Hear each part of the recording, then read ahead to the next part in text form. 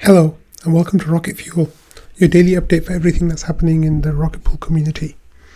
So, let's go over what happened yesterday, and then we'll get started with today. So, yesterday we had discussion about potentially punishing bad validators who have bad performance. I gave information about incentives and more incentives, and lots about incentives that are really exciting. We talked about the smoothing pool for a while, and a discussion about whether or not the incentives will call the RPL price to dump. That was yesterday. Today we've got a whole slate of new things for you. Before we get started though, I have this timer right here that is about, 11 hours and some minutes. So this is a timer down to Bellatrix with the hard fork that's occurring on Ethereum tomorrow, later today, depending on where in the world you are. You really should update your nodes if you haven't before Bellatrix, because Bellatrix is the hard fork that sets up everything for the merge. You have to have everything ready beforehand. For some of us, it'll just be a matter of updating our smart node stack to 1.6.2. For others, you might be further behind, but please do this as soon as possible, because you'll start testing and you'll be in the fork chain if you don't update before tomorrow. So that's really, really important for you to do. Please go and do that right now. Right now, okay? Good. Okay, now that we've got that out of the way, there was something interesting that happened in trading yesterday in the events that Invis noticed over here. So Invis said 10k ETH wallet made a deposit of one ETH to mint RETH in the deposit. So they have 10,908 ETH, and that's a lot of ETH. And this is the first. Well, let me talk about that. So then a little bit later, they actually then spent 99 ETH more to buy 100 ETH worth of RETH. So this person with the 10k wallet, Marceau, did some digging around and found that they have at least 10 addresses that they've used with the funds being trackable back to Genesis. 10 wallets, 8 years, and have never held a single ERC20 token until today, when they decided to mint 100 ETH worth of RETH. First time using a token, and they went for RETH. So that's a really interesting discussion about who this person is, what their motives are. Is this someone from Consensys? Is this someone from another team or another group who has decided to start buying RETH? Of course, like we said yesterday, incentives are going live. Maybe they're just someone who wants to go into degen mode. I don't think that's the case. I think this is someone, because they've held since Genesis, it's likely that they want to keep holding, and I'm not sure exactly what's going to happen with that, but it's definitely something nice to keep an eye out on. Next, we had this comment from Marceau, who said someone from Consensys has kind of got involved in his Twitter. And we had another comment a few days ago, if you don't remember, about someone from Coinbase following Marceau as well. So Marceau started a back and forth with this person, and the person replied to Marceau saying, "Thanks, I'm a big fan of Rocket Pool. It was one of the first smart contract-based protocols I read upon a couple of years ago, and it's ultimately one of the reasons I fell down the rabbit hole and eventually started working full-time on crypto and Web3 with a heart." So one of the things I wanted to point out was that it's happened a few times where people have reached out to Marceau and they've kind of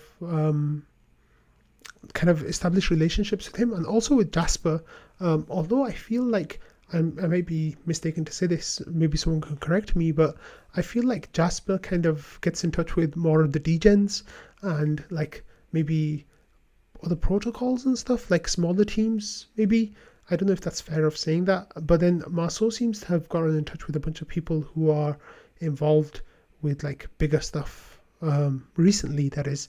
And I think that has a lot to do with one of the threads that he released a couple of months ago now, maybe at the middle of August, I think it was, where he released, middle of July it was, yes, so nearly 2 months ago, about Rocket Pool scaling, and that got a lot of traction, a lot of impressions. So maybe this is still residual from that, but it's still really exciting that we've got people in our community who are reaching out who are in contact with people from like very, very big teams, and how, we're making good relationships with them. So that's definitely something to keep an eye on going forward as well.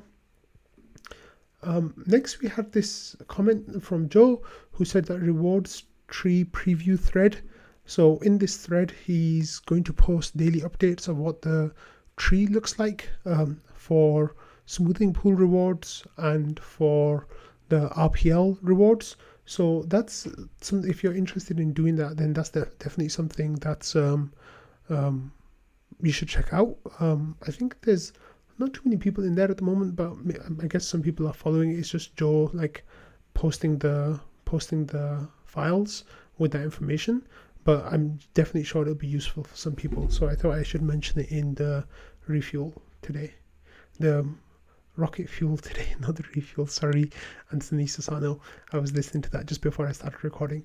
Next, we have this comment from Butter, who kind of, a couple of days ago, I was sharing tweets about RPL putting incentives on Hidden Hand and redacted cartel. Well, today it was Lido's turn. They put 75,000 Lido tokens, which is about $145,000 bribe, now active on Hidden Hand pool for WST ETH and WETH. So they're trying to build liquidity around the WST ETH token. So this Butter kind of like replied with a crying emoji, and people replied with a crying emoji and laughing because it's like, are we getting rugged by Lido on our incentives program? But it turns out that it might not be that clear. So Kevster said, outbid by Lido, who would have expected that? Obviously, they're very rich and they've got a much more established team that does this kind of like liquidity incentive stuff. So it makes sense that they're doing that. But then and then Invis says it's almost like they're known to pay for incentives, which of course they do. So then Marceau and Jasper came in and kind of explained it a little bit and put some context around it. Marceau said Lido has 20 times the market share, so they need to outspend us 20 times for the same effect. And then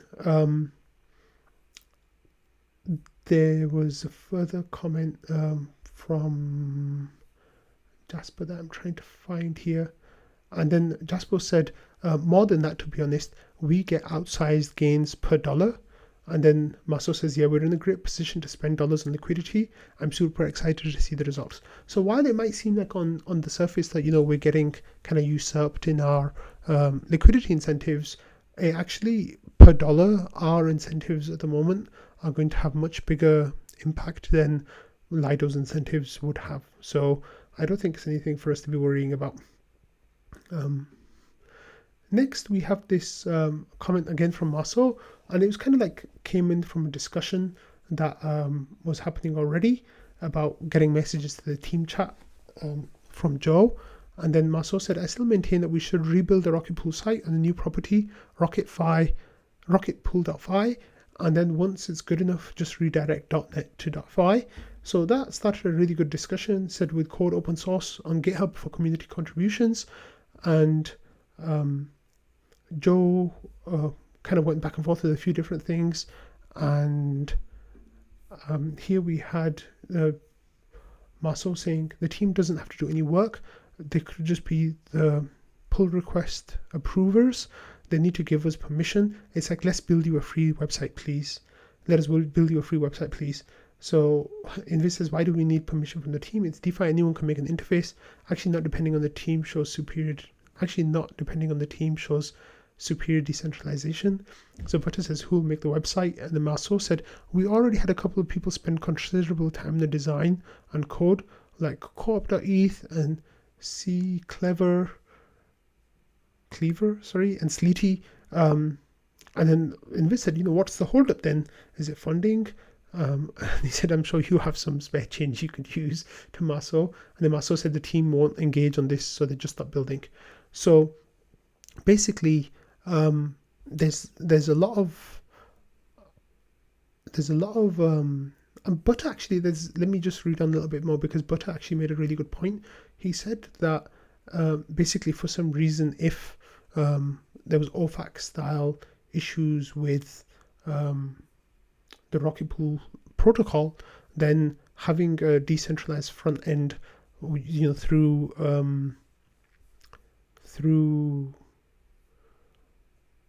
GitHub, that people can make mirrors of it, then that would actually be really beneficial for our users, so they could unstake their RETH depending on what was in there at the time. Of course, you can interact with the contracts directly, but that's really difficult for most people, and they don't have those skills. Like myself, I don't have those skills. So Joe actually made a comment somewhere over here about how the team didn't want to engage with this because they felt an open source front end would actually act as a thing that scammers could just copy and paste, and obviously the team wants to avoid that. But then here it is. Sorry. So if I recall correctly, they said they don't want to do it because it makes it too easy for scammers to copy and paste the site code. And then Marceau said that's just a bad reason. And then this is when Butter said the opposite. Actually, if something like Tornado Crash happened to Rocket Pool tomorrow, we would have no front end. So that's definitely something to keep an eye on going forward about the Rocket Pool website. A lot of people strongly dislike the Rocket Pool website. There's this classic meme in the Rocket Pool community of Anthony Sassano opening the Rocket Pool website and just kind of glowing orange.